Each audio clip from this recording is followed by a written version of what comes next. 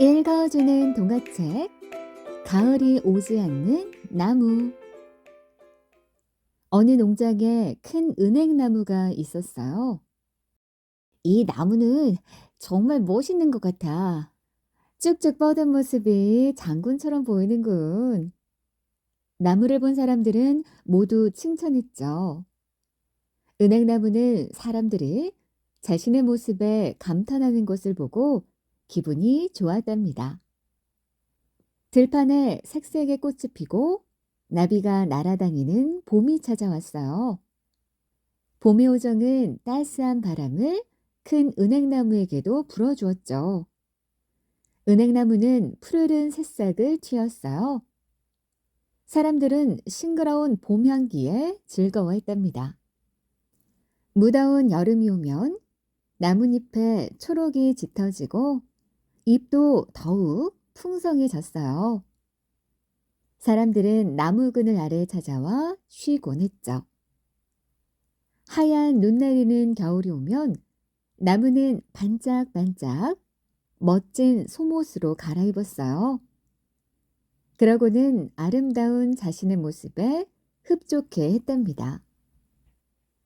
하지만 매년 가을이 오면 은행나무는 얼굴을 찌푸렸어요. 이 옷은 정말 마음에 안 들어. 너무 낡고 지저분해 보이잖아. 은행나무는 노랗게 물든 나뭇잎이 싫었던 거예요. 그리고 주렁주렁 달린 열매도 싫었어요. 냄새나는 열매 때문에 너무 괴로워. 게다가 사람들이 나무 열매를 따겠다고 가지를 마구 흔들어대고 기다란 막대기로 때리기까지 했어요. 제발 그만해요. 내 소중한 가지들이 부러지잖아요. 나무가 큰 소리로 말해도 소용없었어요. 가을이 정말 싫어. 제발 가을이 안 왔으면 좋겠어. 은행나무는 화가 나서 소리쳤어요. 뭐라고? 가을이 안 왔으면 좋겠다고? 마침 옆을 지나가던 가을 요정이 나무가 하는 말을 들었어요. 흥, 그럼 원하는 대로 해주지. 가을 요정은 휙 하고 사라졌어요. 이듬해가 되었어요. 뜨거운 여름이 지나가고 다시 가을이 찾아왔죠. 다른 나무들은 모두 노랗고 빨갛게 가을 옷을 갈아입었어요. 탐스러운 열매도 주렁주렁 열렸죠. 하지만 큰 은행나무는 노랗게 물들지도 않고 열매도 열리지 않았어요. 농장 주인 아저씨가 걱정스러운 얼굴로 은행나무에게 다가왔어요. 곧 있으면 겨울이 올 텐데 이게 무슨 일이지? 나무가 어디 아픈가? 아저씨는 어쩔 수 없이 나무 전문가를 불렀어요. 아무래도 은행나무가 죽은 것 같습니다. 그래서 잎도 물들지 않고 열매도 맺지 못하는 것 같아요. 아저씨는 한참을 고민에 빠졌어요. 그래, 그냥 베어버리자. 죽은 은행나무는 필요 없어. 덩치만 커서 자리만 차지할 텐데 뭐. 이 소리를 들은 나무는 깜짝 놀랐어요. 아저씨, 저는 죽은 게 아니에요. 하지만 아저씨에게는 들리지 않았죠. 아저씨는 성큼성큼 창고로 들어가 커다란 도끼를 들고 나왔어요. 어떡해, 가을아, 왜 나한테만 오지 않는 거니? 지금이라도 와줘, 제발. 큰 은행나무는 엉엉 울면서 잘못을 뉘우쳤어요. 아저씨는 나무를 향해 도끼를 휙 들어 올렸어요. 바로 그때였어요. 어디선가 시원한 가을 바람이 불어왔어요. 가을 요정이 큰 은행나무에게 다시 찾아온 거예요. 은행나무는 노란 가을 옷과 주렁주렁 탐스러운 열매를 맺었죠. 어? 이게 어떻게 된 일이지? 나무가 다시 살아났네. 아저씨는 도끼를 내려놓았어요. 고마워, 가을아. 다시는 투덜거리지 않을게. 가을이 얼마나 소중한지 이제 확실히 알았어. 가을 요정은 은행나무를 보고 미소를 지었어요. 그러고는 다시 가을을 전하러 떠났답니다.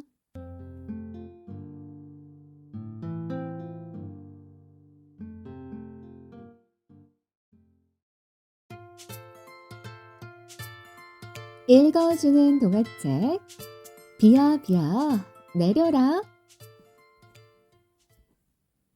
비가 그치면 고운 무지개가 뜨는 무지개 마을에 요즘 걱정거리가 생겼어요. 가을이 한창인데도 비는 오지 않고 한여름처럼 태양이 이글거렸거든요. 더위에 지친 사람들은 하늘을 원망스럽게 쳐다보았답니다.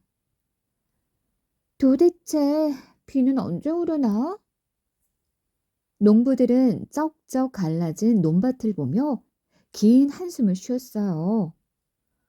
아, 곧 겨울이 올 텐데 시들어가는 저 배추들을 어쩌지?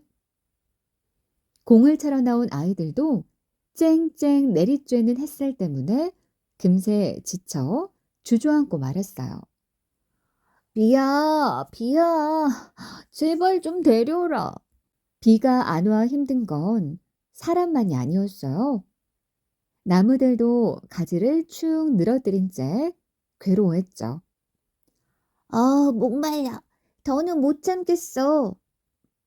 풀잎들은 아예 땅바닥에 누워버렸답니다. 제발, 누가 물 좀 줬으면. 연못가도 마찬가지였어요. 달팽이는 몸을 잔뜩 웅크린 채 투덜거렸어요. 태양은 정말 싫어. 땅을 파고들던 두더지도 거들었죠. 맞아. 태양 때문에 너무 괴로워. 바위에 납작 엎드린 자라는 울기까지 했답니다. 하이, 비가 오지 않으면 난 이대로 죽을지도 몰라. 뜨거, 뜨거, 뜨거, 뜨거.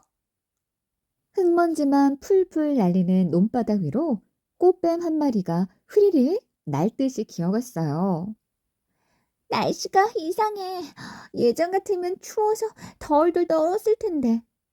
이게 다 환경이 오염되고 파괴돼서 그런 거래. 옹기종기 모인 고둥들도 투덜거렸죠. 비를 기다리는 생물들의 마음이 풀풀 흙먼지를 타고 하늘로 하늘로 올라갔답니다. 그 소리는 바람을 타고 언덕 꼭대기 커다란 바람개비 위까지 다다랐어요. 마침 그곳에서 한가롭게 책을 읽던 바람요정은 자꾸만 들려오는 소리에 신경이 쓰였죠. 구름요정은 도대체 뭐 하는 거야?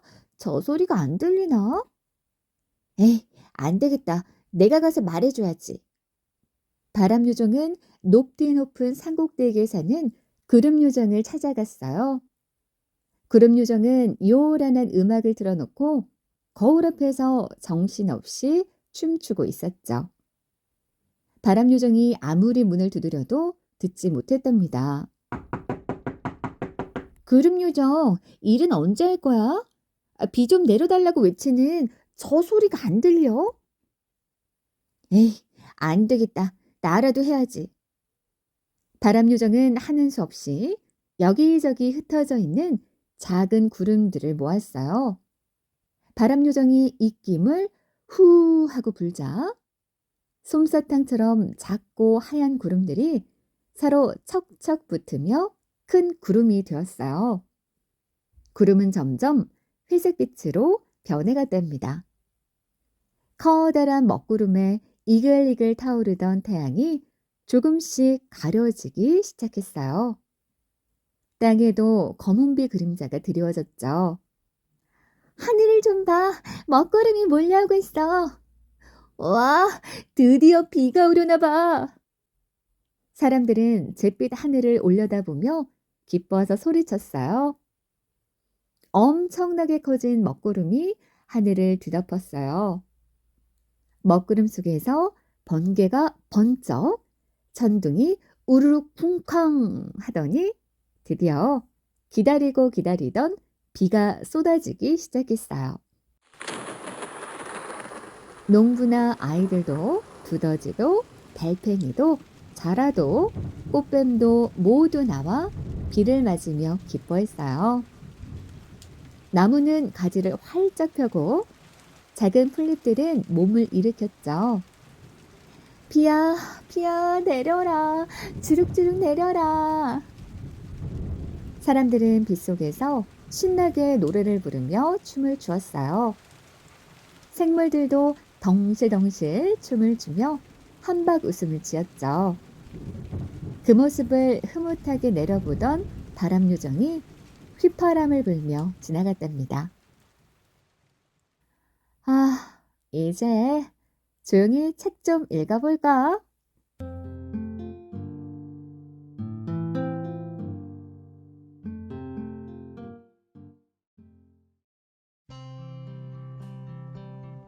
읽어주는 이야기, 청개구리 이야기. 비가 많이 내리는 여름날이면 논이나 밭에서 들을 수 있는 소리가 있어요. 개굴, 개굴, 개굴, 개굴. 청개구리는 비가 내리는 날이면 유난히 목청을 드높여 울어요. 여기에는 오래전부터 전해 내려오는 이야기가 있답니다. 한 마을에 엄마 청개구리가 있었어요. 엄마 청개구리에게는 한 가지 근심이 있었는데 그건 바로 아들 개구리가 엄마의 말을 잘 듣지 않는 것이었죠. 아들 개구리는 모든 일을 반대로 했어요. 이야, 비가 오는구나. 엄마가 아프니 밖에 나가 빨래 좀 걷어주겠니? 싫어요. 아들 개구리는 집에서 꼼짝도 하지 않았어요.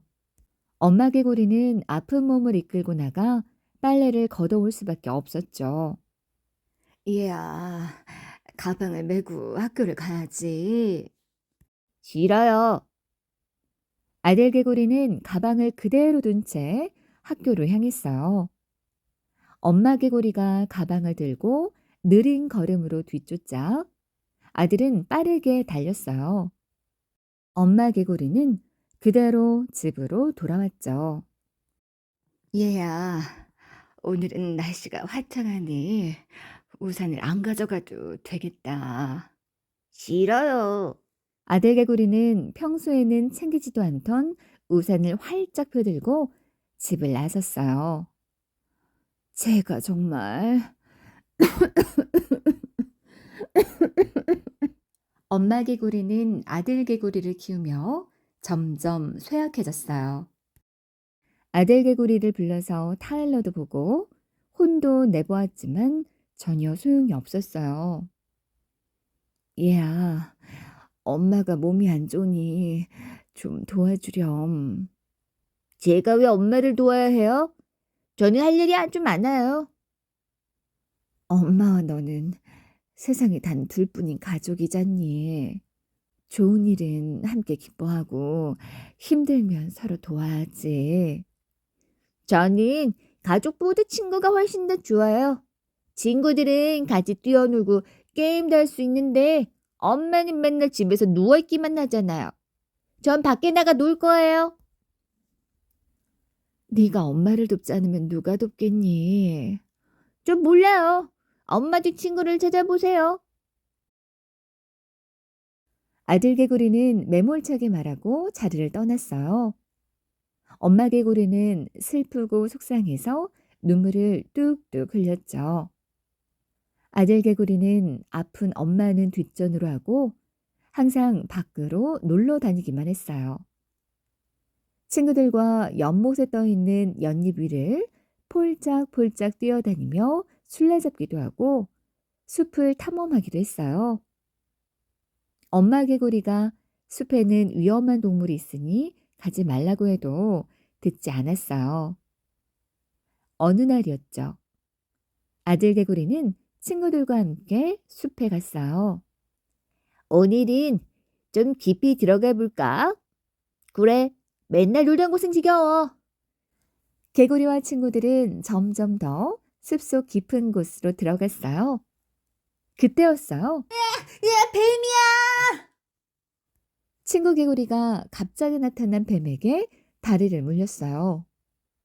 개구리들은 너무 무서워서 뒤도 돌아보지 않고 마구 달렸죠.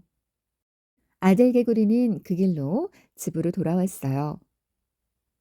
엄마, 엄마, 제가 숲에서 뭘 봤냐면요. 엄마, 엄마, 엄마, 엄마. 아들 개구리는 말을 잇지 못했어요. 엄마 개구리가 쓰러져 있었기 때문이에요.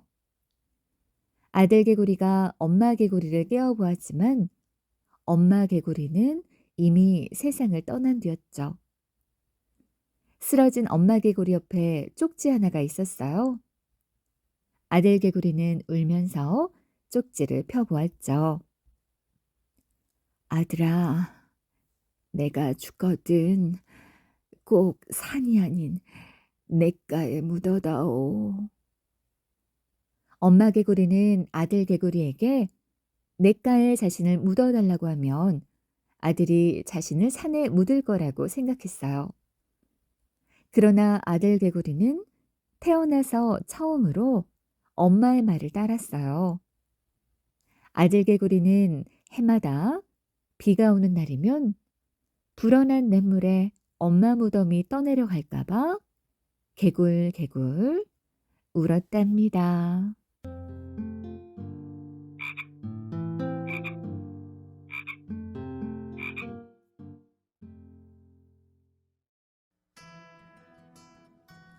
읽어주는 동화책 노루 궁뎅이.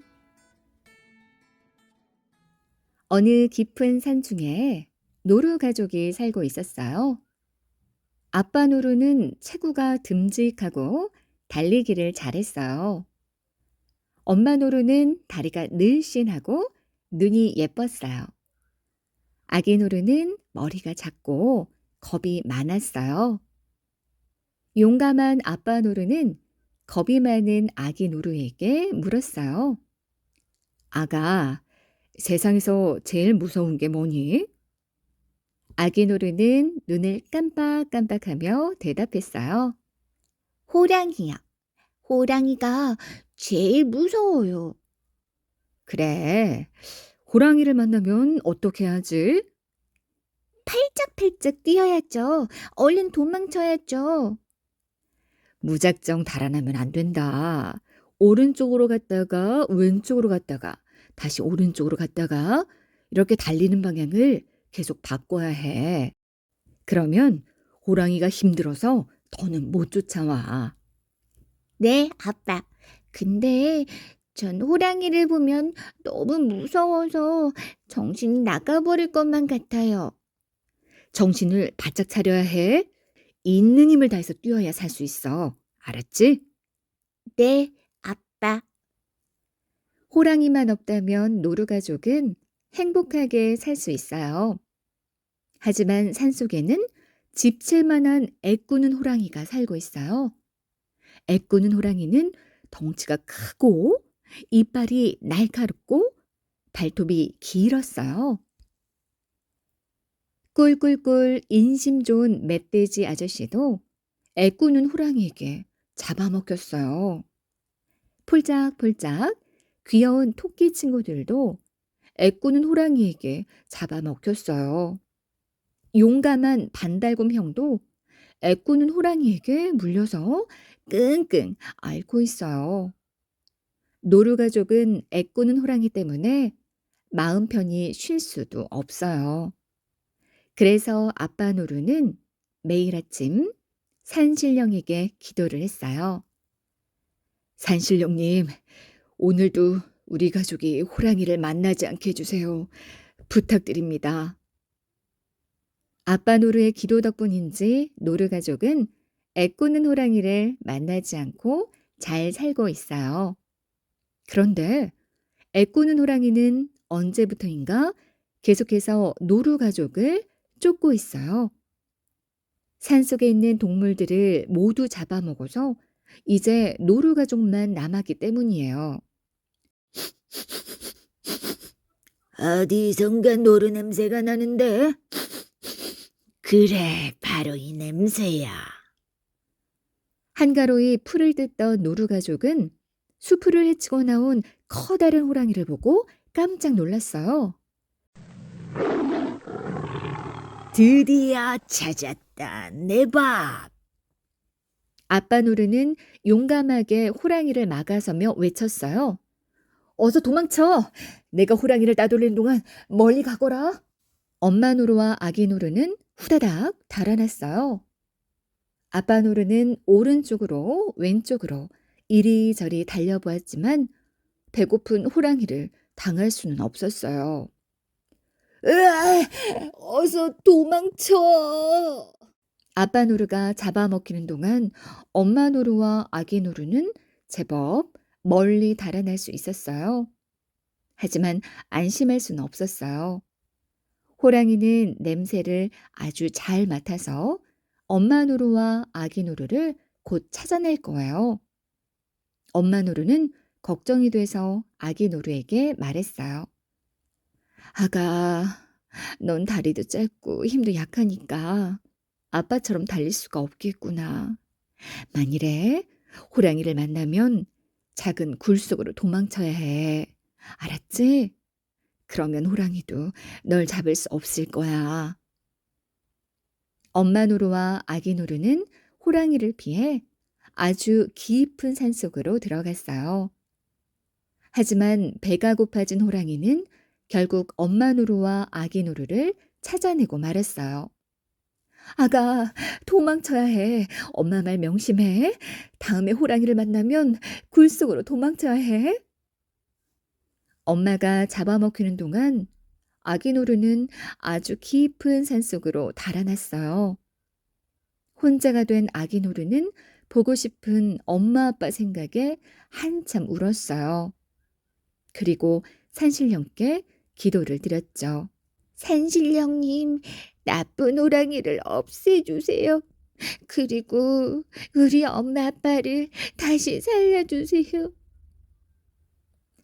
하지만 산신령님은 아기 노루의 부탁을 들어줄 수 없었어요.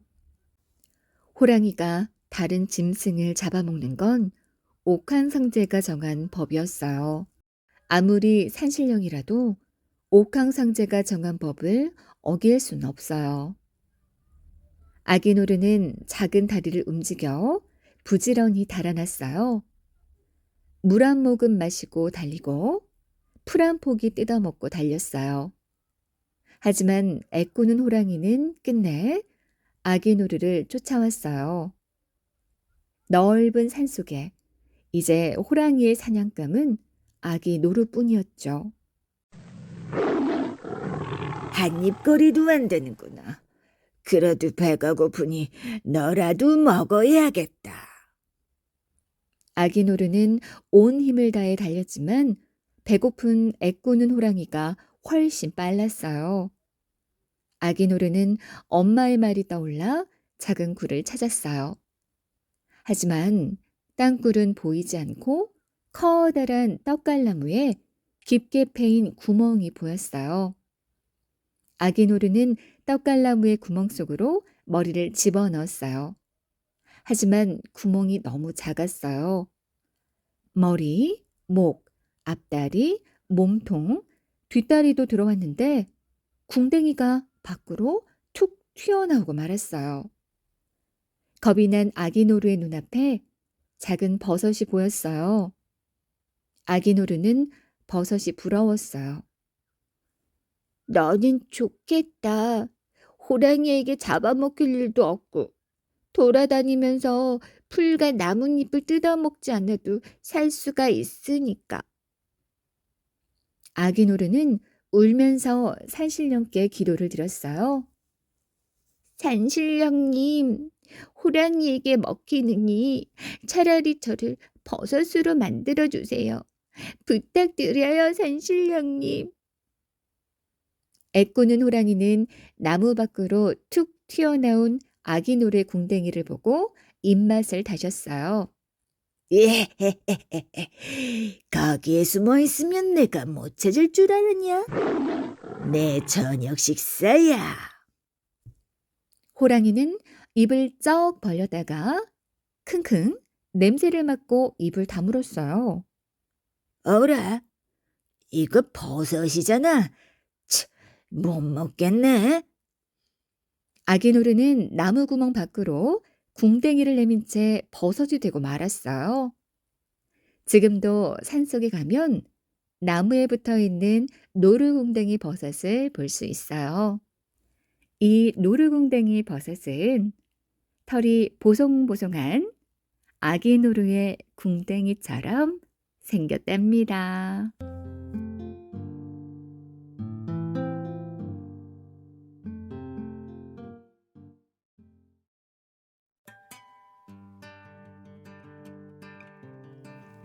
읽어주는 동화책 종이 친구. 건빈이는 친구들이랑 노는 걸 좋아해요. 친구와 로봇 장난감을 가지고 놀거나, 친구와 그네를 타고 놀거나, 친구와 차량놀이를 하는 걸 좋아해요. 하지만 건민이는 친구들을 만날 수 없어요. 엄마가 친구들을 만나지 못하게 하거든요. 건민아, 밖에서 놀면 위험하니까 집에서 놀아. 건민아, 학습지 풀어야지. 건민아, 학원 가야지. 건민아, 나쁜 애들이랑 어울리면 안 된다니까. 건민이는 친구들과 놀 시간이 없어요. 건민이는 엄마의 손을 잡고 시장에 갔다가 이상한 가게를 발견했어요. 허름한 나무판자로 만든 가게에는 요상한 간판이 달려 있었어요. 종이 친구 만들어 드립니다. 종이 친구? 종이 친구가 뭘까? 건민이와 엄마는 너무 궁금해서 가게 안으로 들어갔어요. 어서 오세요. 허리가 굽은 하얀 머리 할머니가 인사를 했어요. 할머니는 마분지 위에 그림을 그리고 계셨어요. 안녕하세요. 종이 친구가 뭔가요? 할머니는 붓을 내려놓고 벽 한쪽을 가리켰어요. 우와! 벽에는 아이들 모양으로 오린 종이가 다닥다닥 붙어 있었어요. 할머니는 가느다란 붓으로 종이에 색칠을 해 놓았는데 진짜 아이처럼 보였어요. 진짜 사람 같은데요? 할머니는 남자아이를 그린 종이를 벽에서 떼어 보여주었어요. 이 녀석들이 다 종이 친구란다. 종이 친구를 사서 뭐해요? 먹을 수도 없고 가지고 놀 수도 없는데. 할머니는 빙그레 웃으며 종이 친구를 팔락팔락 흔들었어요. 벽에다 붙여 놓으면 된단다. 네가 심심할 때 놀아줄 거야. 제가 어떻게 저랑 놀아줘요? 건빈이는 할머니의 말이 우습다고 생각했지만 종이 친구가 마음에 들었어요. 엄마, 나 종이 친구 사줘요. 그래, 네 침실 벽에 붙여드렴. 할머니는 종이 친구를 건민이에게 건네며 말했어요. 이 아이의 이름은 지우란다. 종이로 만든 친구라는 뜻이지. 집에 돌아온 건민이는 벽에 지우를 붙여놓고 침대에 누워 쳐다보았어요. 심심한데 그 할머니 말대로 지우가 나랑 놀아주면 좋겠다. 하지만 지우는 벽에 붙은 채로 꼼짝도 하지 않았어요. 아. 잠이 쏟아진 건민이는 까무룩 잠이 들고 말았어요. 얼마나 잤을까? 건민이는 누군가 자신의 이마를 톡톡 치는 바람에 잠에서 깨어났죠. 어라, 넌 누구야? 건민이 머리맡에는 지우와 똑같이 생긴 아이가 서서 빙글빙글 웃고 있어요. 지우랑 똑같이 생겼네. 정말 닮았는데? 어? 이상하게도 벽에 붙어 있던 지우는 사라지고 없었어요. 지우가 어디 갔지? 아이는 빙글빙글 웃으며 손가락으로 자신을 가리켰어요. 내가 지우야. 뭐? 네가 지우라고? 정말? 할머니 말이 맞았어. 지우는 건민이 방을 이리저리 살펴보더니 나무로 만든 장난감을 꺼냈어요. 우리 젠가하고 놀까? 젠가는 나무 조각으로 탑을 쌓아서 즐기는 놀이예요. 건민이는 젠가를 아주 좋아했어요. 좋아, 난 친구가 없어서 혼자로 있었는데 너랑 하면 재미있을 것 같아. 젠가를 5판쯤 하고 블럭놀이를 2시간 정도 하고 나자 건민이는 다시 잠이 왔어요. 난 좀 자야겠어. 깨면 다시 놀아줄 거지? 그래, 어서 자. 응, 꼭 놀아줘야 해. 음. 건민이는 다시 잠이 들어 아침까지 푹 꿀잠을 잤어요. 건민아, 아직도 자니? 아침 먹어야지. 엄마가 깨우는 소리에 눈을 뜬 건민이는 주위를 두리번거렸어요. 건민아, 뭘 찾는 거니? 음, 지우, 지우 어디 갔지? 지우는 저기 붙어 있잖니.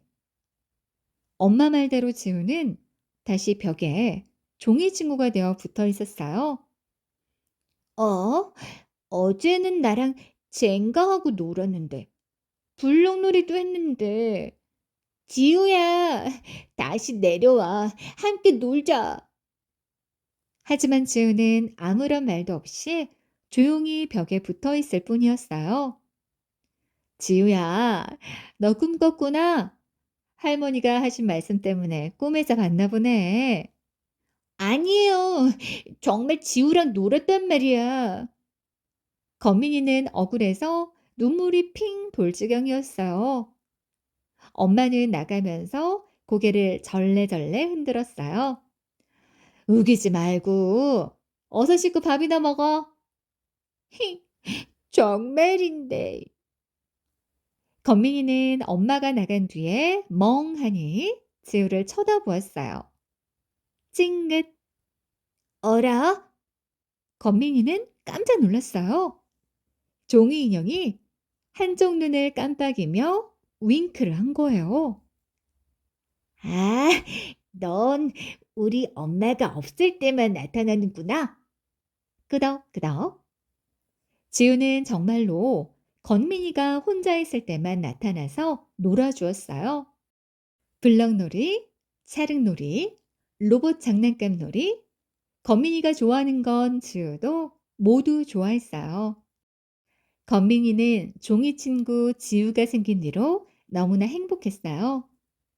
이제 엄마가 집에 없어도 건민이는 심심하지 않았어요. 건민이는 그렇게 지우와 함께 놀며 무럭무럭 자라났어요. 그런데 건민이가 커가면서 지우는 하루 종일 벽에 붙어 있는 날이 많았어요. 건민이는 점점 어른이 되어 가는데 지우는 언제까지나 어린아이로 남았기 때문이죠. 건민아, 로봇 장난감 가지고 놀까? 아니, 그건 애들이나 좋아하는 거야. 난 친구들 만나서 축구하기로 했어. 미안해. 홀로 남겨진 지우는 혼자서 나무 조각을 쌓으며 놀다가 그것도 심심해지면 다시 벽으로 돌아갔어요.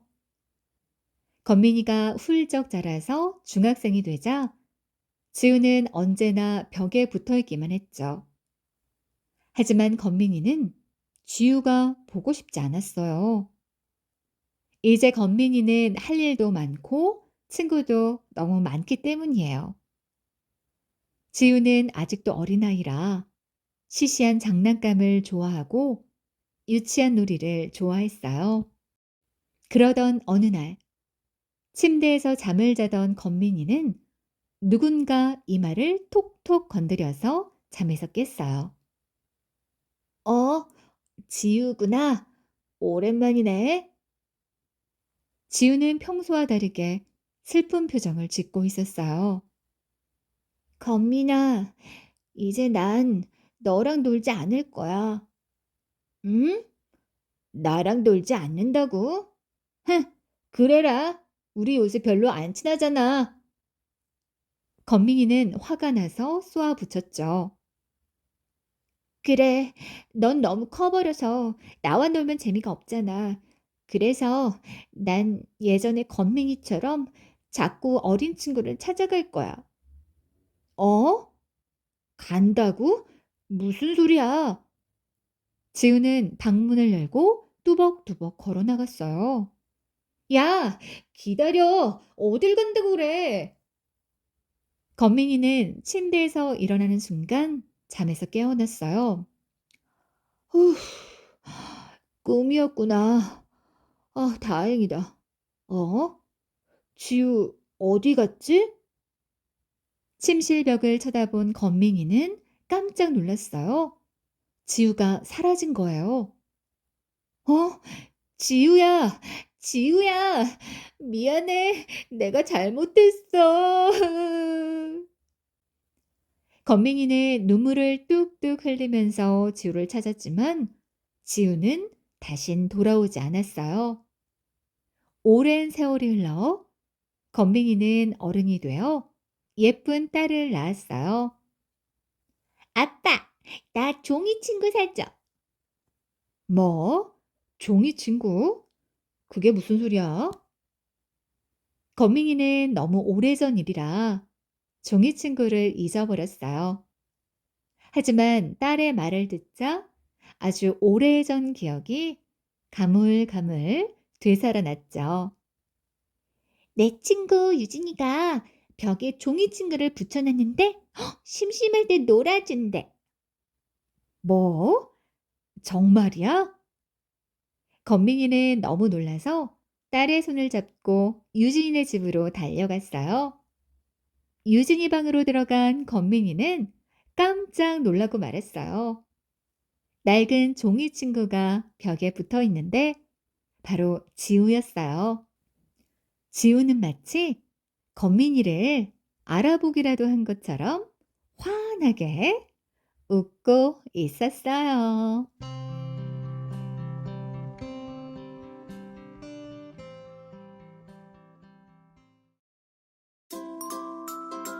읽어주는 동화책 인어 왕자.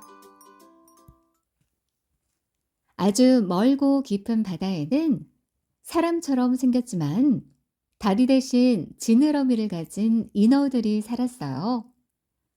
인어들의 나라를 다스리는 용왕에게는 6명의 공주와 5명의 왕자가 있었어요.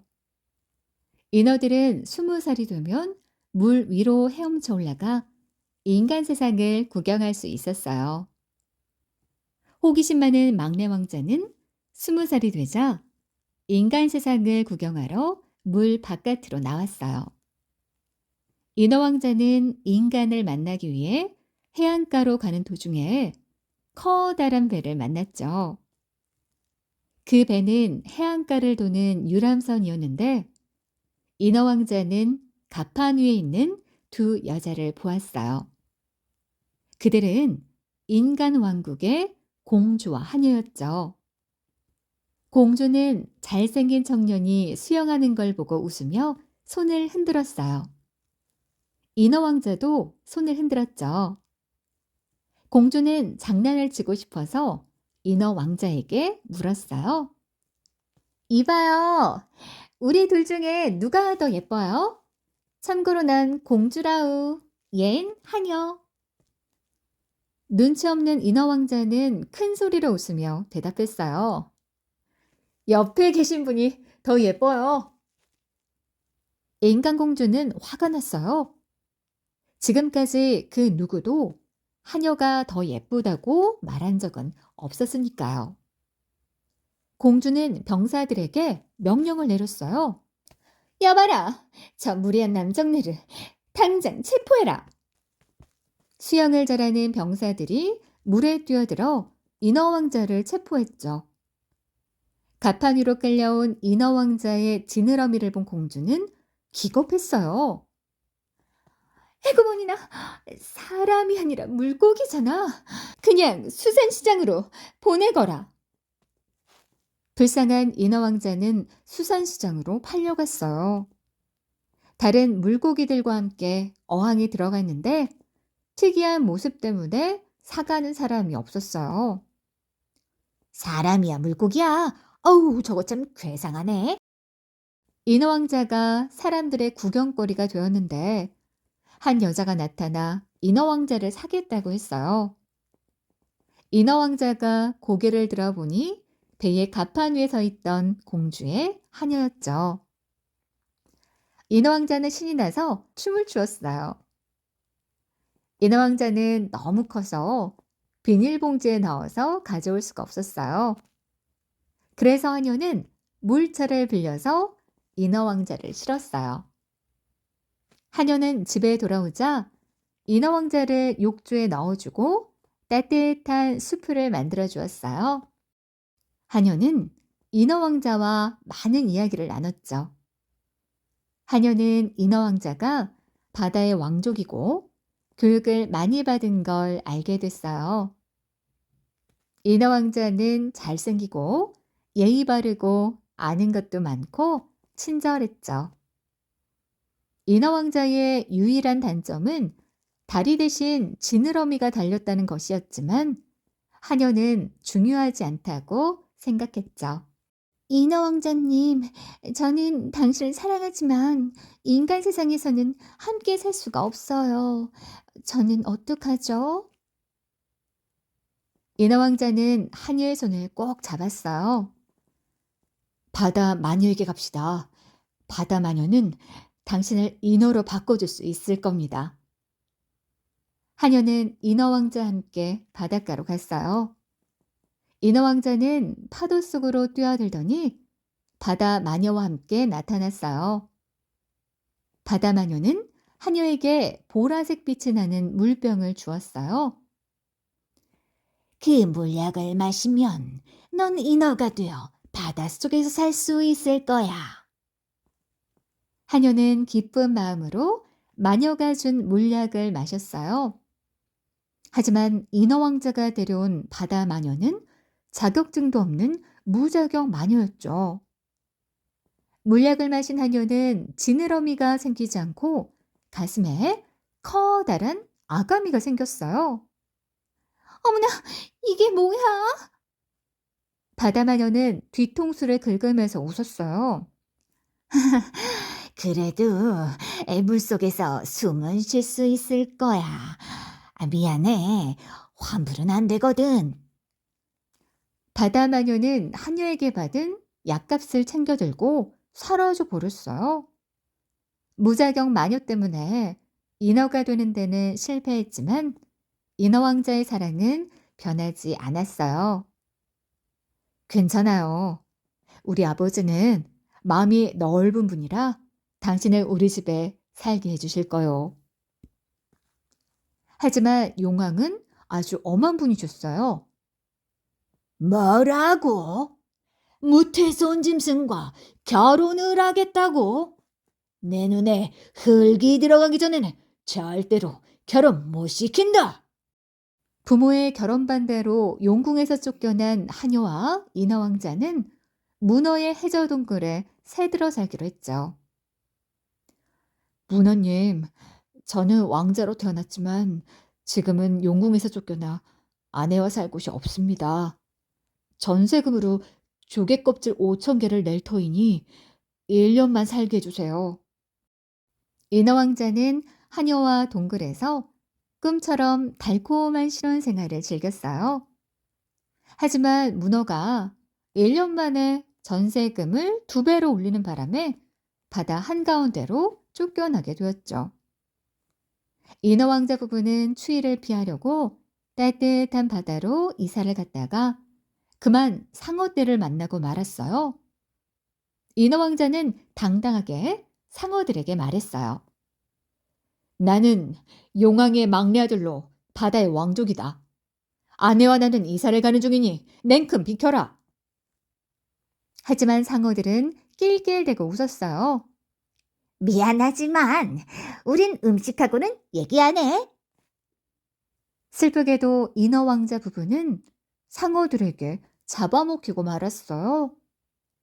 인어왕자 부부가 상어들에게 잡아먹혔다는 소식을 들은 용왕은 크게 슬퍼하며 자신이 한 행동을 후회했죠. 그래서 앞으로는 무태에서 온 짐승도 인어와 결혼해서 살 수 있도록 법을 고쳤답니다.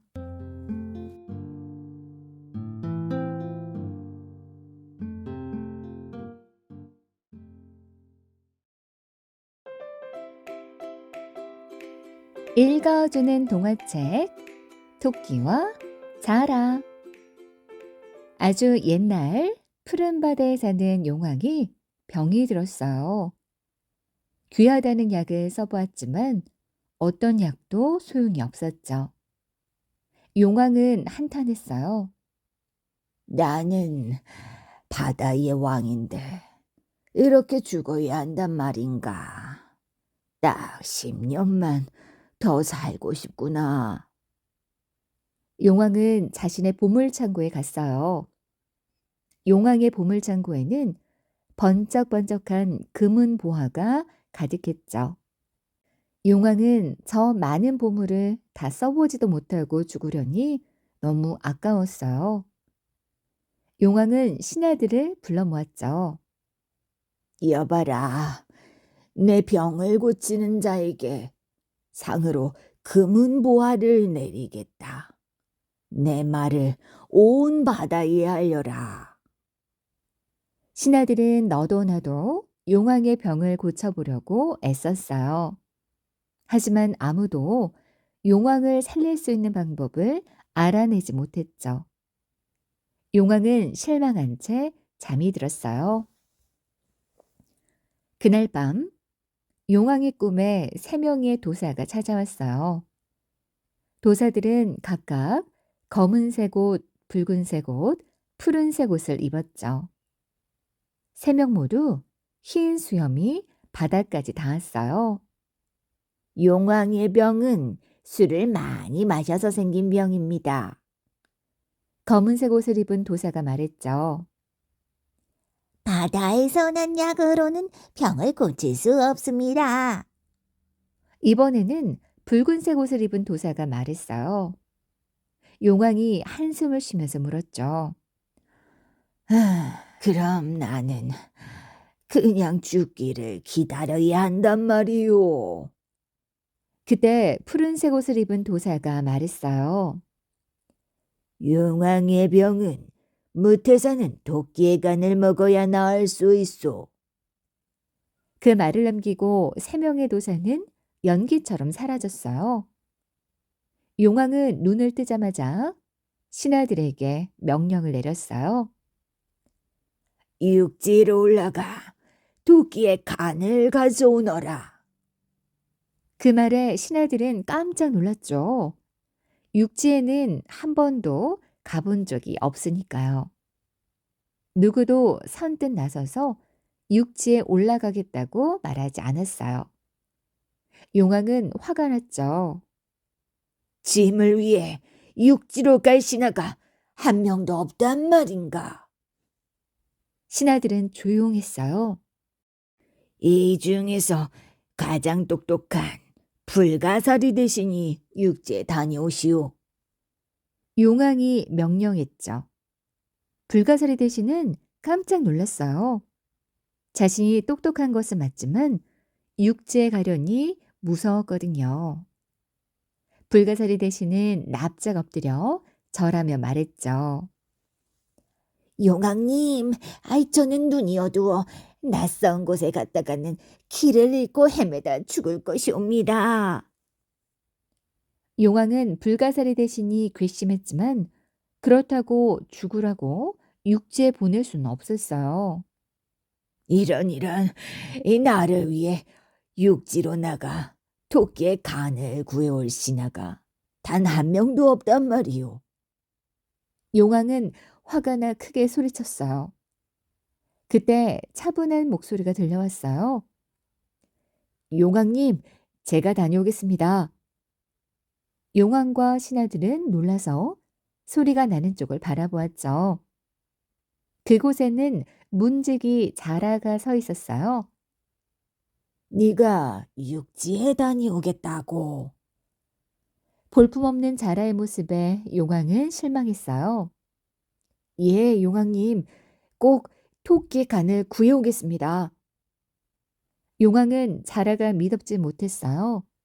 하지만 자라 말고는 육지에 가겠다고 나서는 신하가 한 명도 없었죠. 좋다. 자라는 어서 육지로 올라가 토끼의 간을 구해오너라. 용왕은 문지기였던 자라를 장군에 임명했어요. 자라는 용왕에게 큰 절을 하고 육지로 떠났죠. 자라는 육지로 올라와 여러 동물들을 만났어요. 네가 토끼니? 아니야, 난 닭이야. 토끼는 발이 4개야. 깡충깡충 뛰어다니지. 닭이 다시 모이를 쪼아 먹었어요. 자라는 또 한참을 걸었죠. 네가 토끼니? 나처럼 큰 토끼가 어딨니? 난 황소야, 황소. 토끼는 나보다 훨씬 작고 뿔도 없지. 자라는 한참을 더 걸었어요. 네가 토끼니? 자라가 황소보다 작은 동물에게 물었죠. 아니, 난 토끼가 아니야. 난 눈이 예쁜 고양이지. 토끼는 눈이 빨갛다고. 자라가 마당에서 잠이 든 동물을 깨웠어요. 네가 토끼니? 왜 날 깨우는 거야? 난 토끼가 아니라 개야, 개. 토끼는 귀가 길잖아. 자라는 느린 걸음으로 열심히 걸었어요. 그때 한 동물이 폴짝폴짝 풀숲에서 뛰어놀고 있었어요. 귀가 길고 눈이 빨갛고 깡충깡충 뛰어다니는 것이 토끼가 분명했어요. 네가 토끼구나. 자라가 기뻐서 외쳤죠. 그래, 토끼다. 어쩔래? 토끼가 따지듯 묻자 자라가 움츠러들었어요. 난 용궁에서 온 자라 장군이야. 만나서 반갑다. 토끼는 자라의 말을 들은 채 만체했죠. 토끼는 먹던 풀을 마저 먹었어요. 토끼야, 나랑 용궁에 갈래? 용궁? 내가 왜 용궁에 가야 하는데? 난 여기도 참 좋거든. 네가 왜 용궁에 가야 하냐면 자라는 토끼에게 어떻게 설명해야 할지 몰랐어요. 토끼 간이 필요하다고 말하면 토끼는 용궁에 가지 않을 테니까요. 나랑 용궁에 가면 금은보화가 생길 거야. 용왕님이 너에게 주신댔어. 금은보화? 토끼가 귀를 쫑긋 세웠어요. 그래, 금은보화. 번쩍번쩍한 황금 말이야. 토끼는 잠깐 생각하더니 말했어요. 그런데 금은보화가 있어봤자 뭘 하겠어? 무겁긴 하지. 용궁에 안 갈래? 토끼는 다시 풀을 뜯어 먹었어요. 자라는 깜짝 놀랐죠. 토끼가 금은보화를 싫어할 줄은 몰랐거든요. 네가 용궁에 안 가봐서 그래. 용궁에 가면 좋은 게 아주 많아. 정말 좋은 곳이라니까. 여기도 좋은 게 많거든. 높은 산도 있지, 맑은 옹달샘도 있지, 예쁜 나비도 있지. 용궁이 아무리 좋아도 여기만큼은 아닐걸. 그럼 안녕. 자라는 마음이 급했어요. 토끼를 얼른 꿰서 용궁에 데리고 가고 싶었어요. 자라는 돌아서는 토끼에게 외쳤죠. 용궁에 가면 맛있는 풀이 무척 많아. 토끼가 자라를 돌아보았어요. 풀? 그래, 네가 못 먹어본 풀이 물결에 따라 춤을 추는 곳이 용궁이야. 너도 보면 깜짝 놀랄 거야. 토끼야, 나랑 같이 용궁에 놀러 가자. 맛있는 풀이 많다는 말에 토끼는 자라를 따라가기로 했죠. 영차, 영차. 자라는 토끼를 태우고 용궁을 향해 헤엄쳐 갔어요. 처음 보는 바닷속 풍경에 토끼의 눈이 휘둥그레졌죠. 우와, 바닷속 정말 멋지다. 이렇게 멋지다고 미리 얘기를 하지. 자라 등 뒤에서 토끼는 계속 감탄했어요. 저게 뭐야? 저렇게 큰 동물은 처음 봐. 고래 선생님이야. 참 좋은 분이지. 토끼는 고래를 향해 손을 흔들었어요. 토끼는 들뜬 기분으로 자라를 따라 용궁에 들어갔죠. 용궁에는 용왕과 모든 신하들이 모여 있었어요. 용왕은 토끼를 보자 얼굴에 화색이 돌았죠. 신하들도 처음 보는 토끼를 신기하게 쳐다봤어요. 초대해 주셔서 고맙습니다, 용왕님. 토끼는 용왕에게 깍듯이 인사했어요. 자라 장군, 정말 장하다. 내 그대에게 큰 상을 내리겠다. 자라는 곁에 있는 토끼에게 미안해서 아무 말도 못한 채 용왕에게 인사했어요. 오늘은 자라 장군을 위해 잔치를 열어라. 공을 인정해 자라를 대장군에 임명하겠다. 신하들은 자라 대장군 만세를 외치며 손뼉을 쳤어요. 불가사리 대신이 그의 모습을 못마땅한 얼굴로 보고 있었죠. 불가사리 대신은 생각했어요. 이렇게 금방 토끼를 잡아오다니. 토끼 잡는 게 이렇게 쉬운 줄 알았다면 내가 가는 건데. 아무것도 모르는 토끼는 신하들과 함께 손뼉을 치며 자라를 축하했어요. 왕이 또 말했죠. 그럼 어서 토끼의 배를 가르고 간을 꺼내오거라. 그 말에 토끼는 화들짝 놀랐어요. 간을 꺼내다니요? 몰랐느냐? 네 간을 먹어야만 내 병이 낫는다는구나. 용왕의 말에 토끼는 자라를 노려보았어요. 미안하다, 토끼야. 거짓말하고 싶지 않았지만 용왕님을 살리려다 보니 어쩔 수가 없었어. 자라는 고개를 푹 숙였어요. 토끼는 자라의 어깨를 툭 치며 말했어요. 내 간이 필요했으면 말을 하지 그랬어. 간을 육지에 두고 왔단 말이야. 뭐? 간을 두고 와? 자라는 눈이 동그래져서 토끼를 보았어요. 토끼는 용왕 앞에 무릎을 꿇고 웃으며 말했어요. 용왕님이 아프시다면 당연히 제 간을 드려야죠. 그런데 자라가 간이 필요하다고 말하지 않아서 제 간을 육지에 두고 왔지 뭐랍니까? 뭐라? 간을 육지에 두고 왔다고? 용왕과 신하들은 깜짝 놀랐어요. 몸에 있는 간을 어찌 다른 곳에 둔단 말인가? 육지 동물은 이 간을 귀하게 여겨서 잘 숨겨두고 다닙니다, 용왕님. 토끼는 술술 거짓말을 했죠. 아닙니다, 용왕님. 그런 이야기를 들어본 적이 없습니다. 신하들이 말했어요. 왕이 똑똑하기로 유명한 불가사리 대신에게 물었어요. 토끼의 말이 사실인가? 예, 요강님. 육지동물은 간을 따로둔다는 말을 들은 적이 있습니다. 자라 장군이 이를 몰라서 이를 그르쳤나 봅니다. 불가사리 대신은 자라가 왕에게 잘 보이는 게 싫어서 일부러 거짓말을 했어요. 불가사리 대신도 토끼가 간을 따로둔다는 말을 들은 적이 없었어요. 용왕은 한숨을 내쉬고는 자라를 나무랐죠. 자라 장군은 잘 확인하고 토끼를 데려왔어야지. 간도 없는 토끼를 무엇하러 데려왔는가?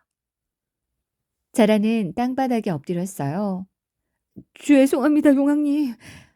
어서 다시 가서 토끼 간을 가져오너라. 예, 알겠습니다. 자라는 토끼를 데리고 얼른 왕궁에서 빠져나왔어요. 육지로 돌아올 때까지 토끼는 화가 나서 자라에게 한마디도 안 했죠. 육지에 도착한 자라가 토끼에게 물었어요. 거짓말해서 미안해, 토끼야. 그런데 네 간은 어디 있니? 간? 간 같은 소리 하고 있네. 이 거짓말쟁이야. 토끼는 튼튼한 뒷발로 자라를 뻥 찼어요. 자라는 벌렁 뒤집어지고 말았죠. 토끼는 뒤도 안 돌아보고 숲속으로 들어갔어요. 토끼야, 가지 마. 나도 어쩔 수가 없었어. 자라가 간신히 등딱지를 뒤집고 바로 섰어요.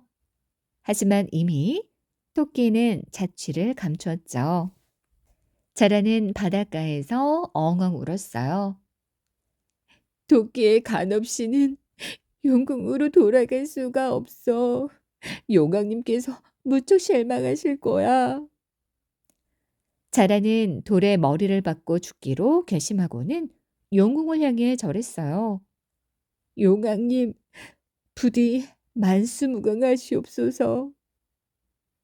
그때 용궁에서는 회의가 한창이었죠. 영왕님, 이번에는 제가 가서 토끼 간을 구해오겠습니다. 불가사리 대신은 자라 장군이 오기 전에 얼른 공을 세우고 싶었어요. 아직 자라 장군이 돌아오지 않았는데 토끼 간을 구하러 떠난단 말이요. 자라 장군을 더 기다려야 하지 않겠습니까? 다른 신하들은 불가사리 대신의 행동이 옳지 않다고 여겼어요. 이때 용왕이 말했죠. 내 병이 중하니 차례를 기다릴 것 없소. 불가사리 대신은 어서 떠나시오. 예, 용왕님. 그렇게 불가사리 대신도 무틀 향해 떠났어요. 그날 밤 용왕은 꿈을 꾸었어요. 전에 꿈에 나왔던 새 도인이 또 나타났죠. 용왕은 도인들에게 말했어요. 전에 내 병을 고친 약으로 토끼 간을 알려주었는데 자라가 실수로 간 없는 토끼를 데려왔소. 토끼 간을 받으러 다시 육지로 올라갔는데 자라가 이번에는 간을 잘 받았소. 검은색 옷을 입은 도인이 말했어요. 간을 두고 다닌 토끼는 없소. 용왕은 그제야 토끼에게 속은 걸 깨달았어요. 그럼 지금 자라 장군은 어디 있소? 붉은색 옷을 입은 도인이 대답했죠. 토끼가 도망간 뒤에 스스로 죽었소. 도인의 말에 용왕이 눈물을 흘렸어요. 더 살고자 하는 내 욕심 때문에 훌륭한 신하 하나를 잃었구나. 용왕은 도인에게 얼마나 살 수 있는지 물었어요. 보름이요. 도인들은 또다시 호련히 사라졌어요. 용왕은 자라 장군을 보며 내 목숨이 귀한 만큼 남의 목숨도 귀하다는 걸 깨달았죠. 또한 죽음을 맞이하는 모습도 후손에게 남기는 선물이 될 수 있음을 알게 됐어요. 자라 장군은 충성심이 강한 모습을 남겼는데 나는 죽는 순간까지 나만 살려고 버둥거리는 용왕이 될 뻔했구나. 용왕은 자라에게 부끄러웠어요. 용왕은 다음 날 자라의 가족들에게 많은 보물을 주고 보물 창고를 열어 백성들에게 두루두루 나누어 주었어요. 보름 동안 용왕은 좋은 일을 많이 하고 세상을 떠났죠. 신하와 용궁 백성은 용왕의 죽음을 슬퍼했어요. 한편 토끼를 잡으러 무트로 떠났던 불가사리 대신은 햇볕이 뜨거워 바닷가에서 말라 죽고 말았답니다.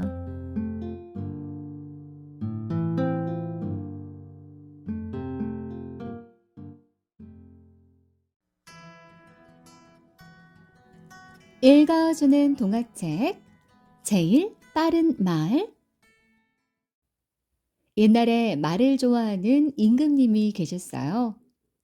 임금님은 말을 타고 사냥을 하기도 하고 격구라는 놀이도 즐겼어요. 격구는 말을 타고 막대기로 공을 치고 노는 옛날 놀이랍니다. 임금님은 빠른 말을 좋아했어요. 빠른 말을 타면 사냥할 때도 짐승을 빨리 따라갈 수 있고 격구도 더 잘할 수 있었어요. 임금님은 말을 50匹이나 가지고 있었는데 하나같이 빠르고 튼튼한 말이었어요. 어느 날 임금님이 신하들에게 물었어요. 여봐라, 우리나라에서 제일 빠른 말은 누가 가지고 있느냐? 신하들은 꿀먹은 벙어리처럼 대답이 없었어요. 어허, 왜 대답이 없는고? 제일 빠른 말이 어디 있는지 다들 모르는 게요? 그러자 제일 영리한 신하가 앞으로 나왔어요. 임금님, 이 제일 빠른 말을 누가 가졌는지는 알지 못하옵니다. 하지만 알아낼 방도는 있습니다. 오, 그래. 어디 말해보시오. 가장 빠른 말을 고르는 대회를 여는 겁니다. 가장 빠른 말을 가진 사람에게 이 나라에서 큰 상을 내린다고 하면 전국에서 빠른 말들이 모여들 것입니다. 오, 좋은 생각이요. 어서 빠른 말 대회를 준비하시오. 몇 달 뒤에 궁궐 앞마당에는 나라에서 가장 빠르다고 하는 말 3마리가 모였어요. 말 주인들은 각자 자신의 말을 소개했어요. 임금님, 제 말은 용마입니다. 한 번 달리면 천리를 가고 2번 달리면 만리를 갑니다. 용마는 앞발을 들고 힝 하고 울었어요. 임금님, 제가 들어온 말은 비마입니다. 날아가는 새처럼 아주 빠른 말이죠. 비마는 푸르륵 소리를 내며 거칠게 머리를 흔들었어요. 임금님, 이 말은 전마입니다. 비마가 날아가는 새처럼 빠르다고 했는데 제 말은 정말로 날아다닙니다. 보십시오. 빨 잔등에 날개가 달렸지 않습니까? 정말로 천마는 새처럼 커다란 날개를 푸득거렸어요. 그러자 비단 옷을 입은 양반 하나가 부채를 붙이며 태연하게 말했어요. 임금님, 제 말은 눈에 보이지 않는 말입니다. 하지만 여기서 가장 빠른 말입지요. 사람들은 웅성웅성 떠들었어요. 보이지 않는 말? 뭐 투명말이란 말인가? 뭐 저런 거짓말쟁이가 다 있어. 임금님이 비단 옷을 입은 양반에게 물었어요. 보이지 않는 말이라면 가장 빠르다는 걸 어떻게 증명할 건가? 시합을 해보면 아시게 될 겁니다. 임금님은 껄껄 웃었어요. 배짱이 두둑한 친구로구먼. 좋네.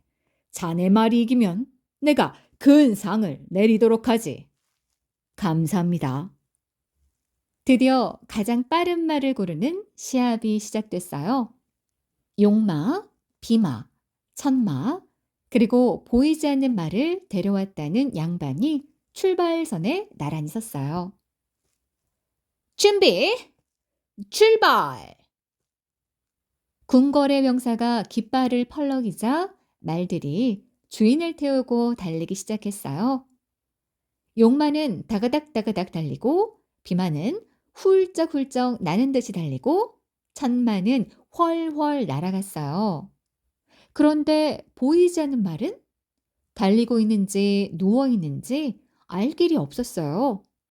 비단옷의 양반은 느긋하게 두 손을 입 주위에 모아서 큰 소리로 외쳤어요.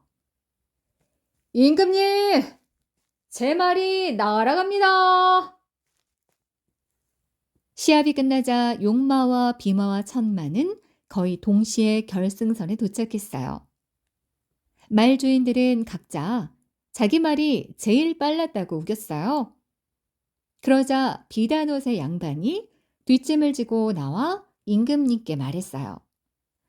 임금님, 제 말이 가장 빨랐습니다. 그렇죠? 임금님은 고개를 갸우뚱했어요. 그랬나? 하지만 난 자네 말을 보지도 못했는걸. 비단옷의 양반이 빙그레 웃었어요. 그러셨겠죠. 하지만 제 말을 들으시지 않으셨습니까? 임금님은 머리를 극적극적했어요. 아니, 그게 무슨 소린가? 자네 말을 들었다니. 제가 분명히 임금님, 제 말이 날아갑니다 하고 외치지 않았습니까? 어떻습니까? 용마와 비마, 천마가 도착하기 전에 제 말이 먼저 임금님 귀에 들어갔죠. 그제야 임금님은 무릎을 탁 치며 웃었어요. 그렇구나. 자네가 한 말은 네 발 달린 동물이 아니라 자네 입에서 나온 말이었구먼. 그렇습니다. 약속대로 큰 상을 내어주십시오. 임금님은 신하들에게 물었어요. 내가 말했던 빠른 말은 이런 말이 아니었네. 어찌하면 좋겠나? 신하들은 난처한 표정을 지었어요. 애초에 저희가 네 발 달린 동물이라 하지 않았으니 상을 주지 않을 도리가 없사옵니다. 비단옷의 양반은 임금님이 어떤 상을 내리실지 궁금해 죽을 지경이었어요. 황금을 내리실까? 아니면 비단? 아니면 엽전 1만 양? 그때 궁궐의 하인들이 낑낑대며 커다란 나무판 같은 것을 들고 왔어요. 짙은 갈색의 나무판에는 접히는 다리가 4개 붙어 있었어요. 비단옷의 양반이 궁금해서 물었죠. 아니, 임금님, 이것이 무엇이옵니까? 이게 제게 주시는 상입니까? 임금님이 껄껄 웃으며 말했어요. 그렇다네. 궁궐에서 가장 큰 밥상이네. 내가 말한 큰 상이 바로 이 상이었네. 허허허허. 임금님, 큰 상을 내리신다더니 겨우 밥상을 주시는 겁니까? 자네는 가장 빠른 말을 데려왔다고 하지 않았나? 피장파장 아니겠나? 비단옷의 양반은 약이 올랐지만 어찌할 도리가 없었어요. 신하들은 고소해서 입을 가리고 웃었답니다.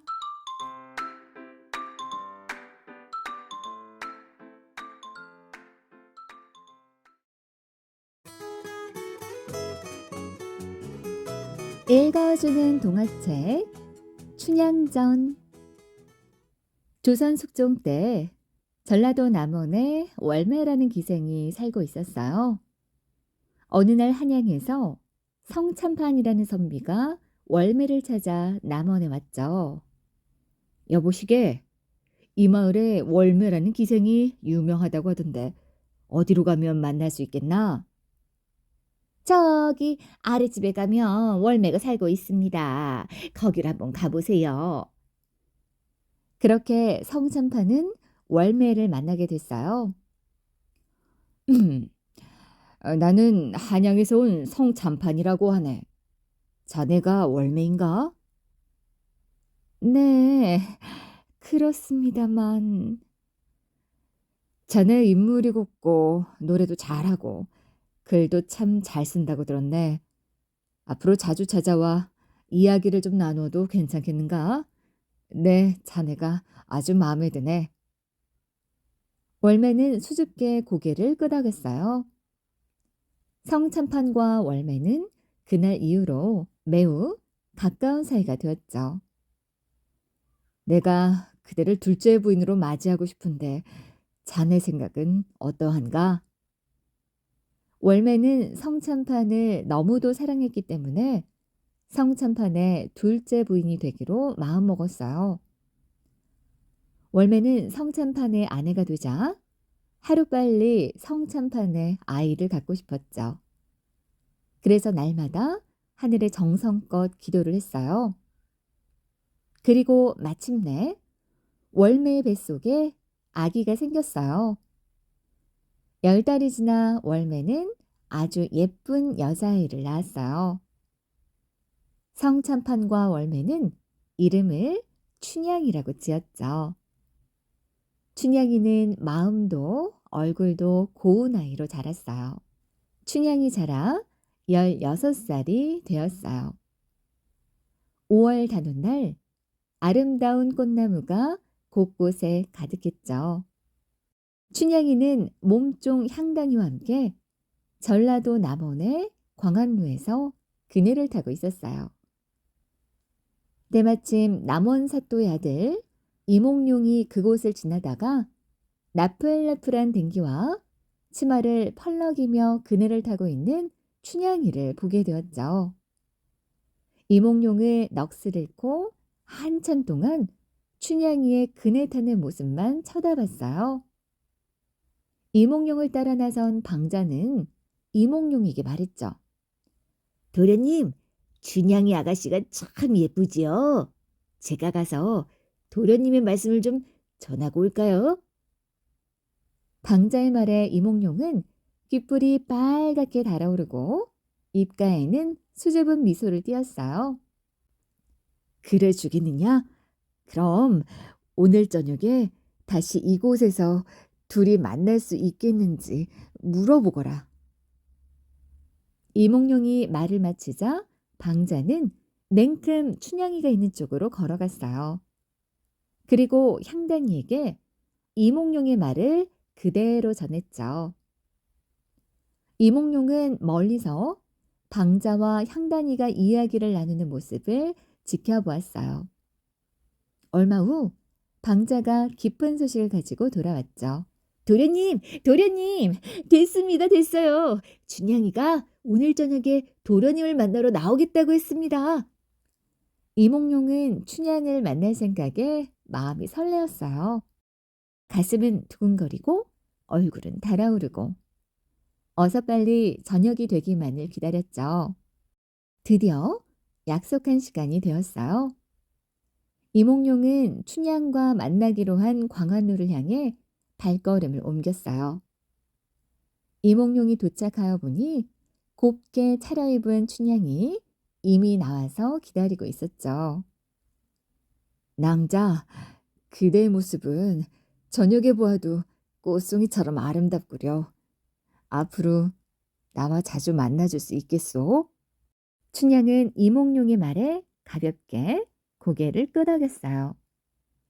그날 이후로 이몽룡과 춘향은 연인 사이가 되었죠. 그러나 그들의 행복은 오래가지 않았어요. 이몽룡이 아버지를 따라 한양으로 가게 되었기 때문이에요. 이몽룡은 어찌할 바를 몰라 발만 동동 굴렀죠. 한참을 고민하던 이몽룡은 어머니에게 말했어요. 어머니, 저는 춘향이를 사랑합니다. 춘향이는 저와 결혼하기로 약속한 사이니 함께 한양에 갈 수 있도록 도와주세요. 하지만 어머니는 극구 반대했죠. 이게 무슨 소리냐? 춘향이를 한양에 데려간다고? 앞길이 창창한 네가 춘향이를 데려가면 벼슬하는데 방해나 될 것이 뻔한데 어찌 그런 소리를 하느냐? 이몽룡은 아버지에게도 부탁해 보았지만 결과는 같았어요. 이몽룡은 상심이 가득한 얼굴로 춘향이에게 이야기했죠.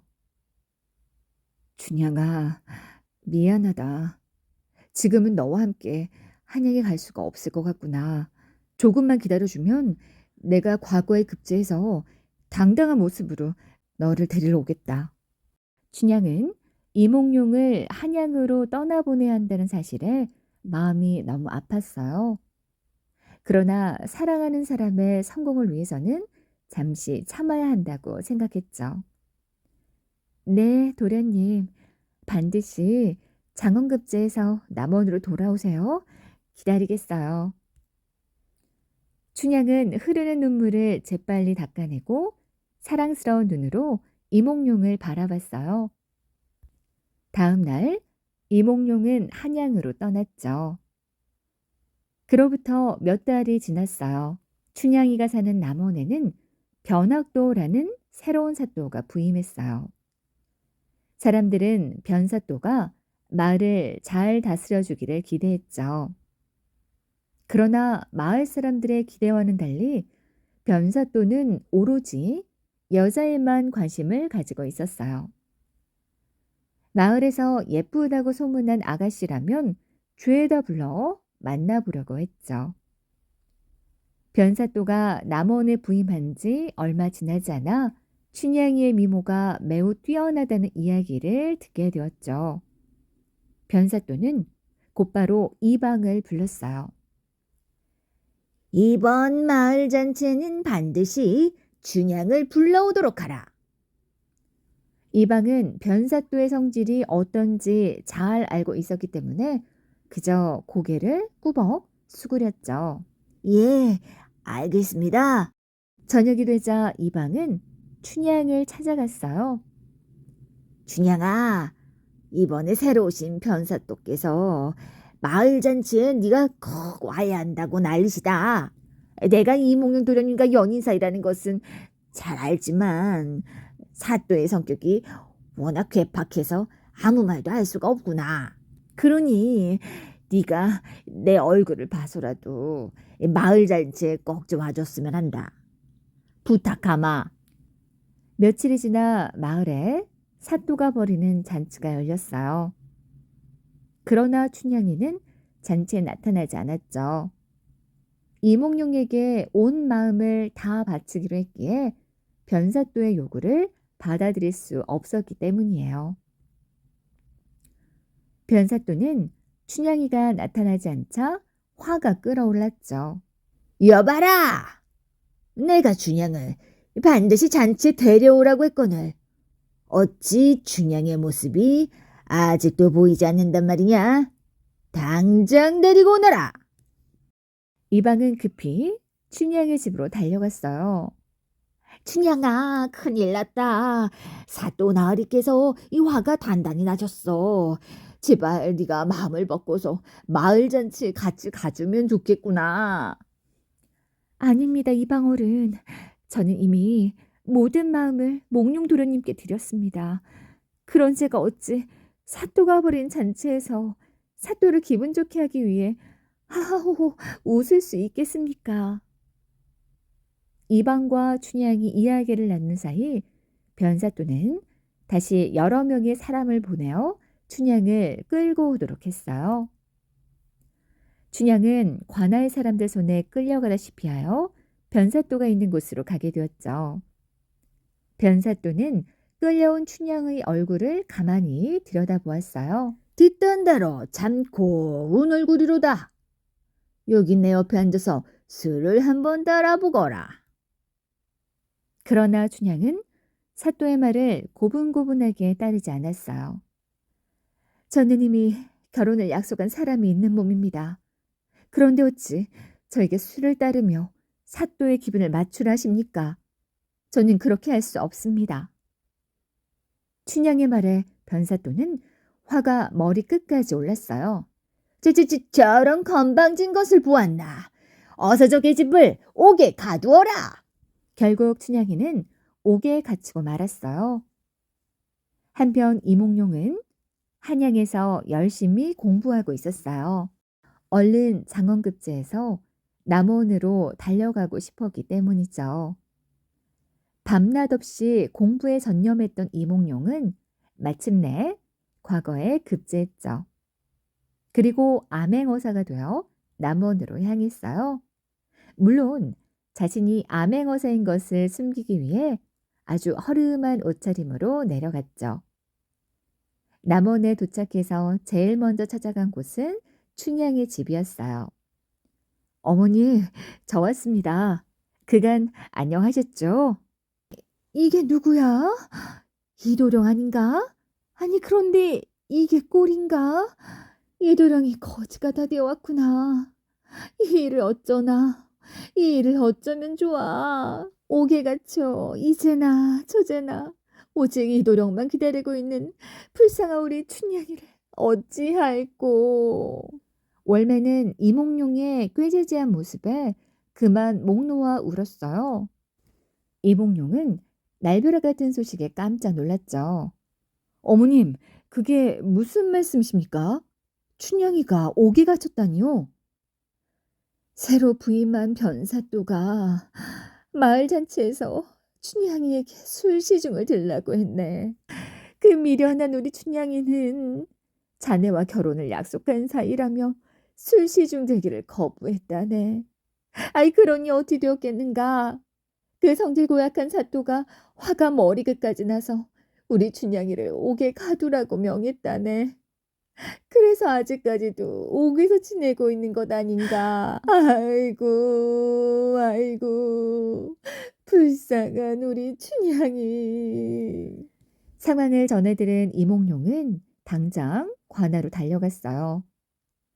춘향이를 만난 이몽룡은 추추해진 춘향이 얼굴에 기가 막혔죠. 춘향아, 이게 어찌된 일이란 말이냐? 내가 미안하다. 아니에요, 도련님. 저는 이렇게라도 도련님을 만날 수 있어서 더없이 기쁘답니다. 미안하구나. 도련님, 눈물을 거두시고 제 부탁 하나만 좀 들어주세요. 불쌍한 우리 어머니는 제가 옥에 갇혀서 마음과 몸이 많이 상하셨을 거예요.